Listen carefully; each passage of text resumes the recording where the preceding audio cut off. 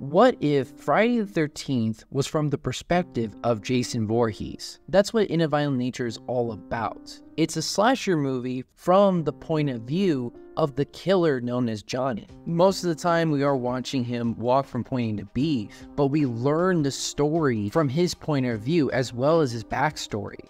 And I think this is such a clever way of telling a slasher film.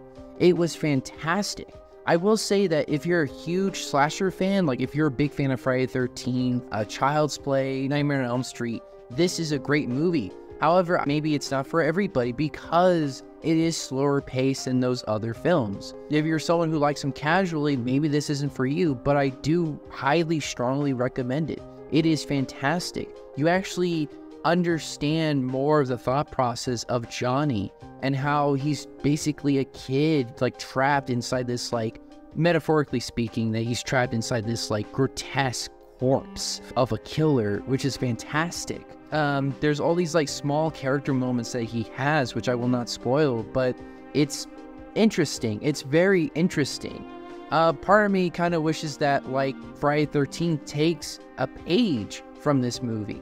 And the fatalities, oh my god, when Johnny kills, he slays. There's this one kill with a woman that's in front of a cliff that I won't spoil, but it feels like someone from Mortal Kombat, someone who worked for Mortal Kombat, actually made that scene, and it was fantastic.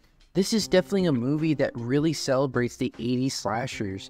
And not only does it celebrate it, but it tells its own story as well as taking a new spin on it. And I can't appreciate this movie more. It's just really good. It's a very simple and straightforward story, and I really admire it for it. I mean, this is perfect for those who say that, like, you don't need to follow the humans, you just need the main star, which is the killer. This is the first time that I can actually say that the killer is the protagonist. Whereas, like, other movies like Child's Play or Friday the 13th, the villains are just the antagonists and we're following the victim, and that's our protagonist. Nightmare on Elm Street was Nancy Thompson, Halloween's Laurie Strode.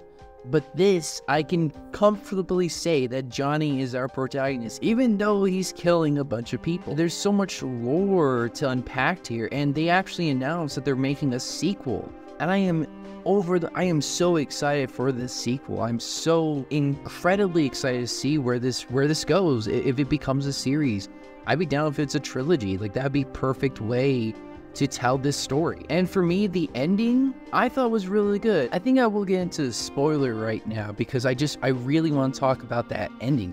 So if you don't want anything spoiled, please just go watch it. Maybe come back and listen to my thoughts, because I strongly recommend this. I think it's a good solid 9. Honestly, the thing I love about the ending is the fact that, like, what I'm so sick and tired of seeing with some horror movies is that, like, you think you're done with the curse, but then, like, oh, no, you didn't. Like Woman in Black, that the ending really frustrated the hell out of me. I always like movies with rules, and they follow them, and they don't break them at all. And what I liked about In a Violent Nature was that, like, when our final girl actually, you know, gives the pennant back, right, she just leaves it behind her, Johnny stops. Johnny does not follow her, he doesn't track her down, but the entire time you're thinking, oh my god, is he gonna come? Is he gonna come get her? Like, who's this woman in the truck? Is she somehow related? And she's safe. Like, he took the pennant, and then his soul, his spirit is laid to rest, and I thought that was perfect. Such a perfect ending, and I was like, man, that's just a great way to end a horror movie. It's just, you're thinking it's not over, but it actually is. I cannot recommend this movie enough. Listen, go and watch it.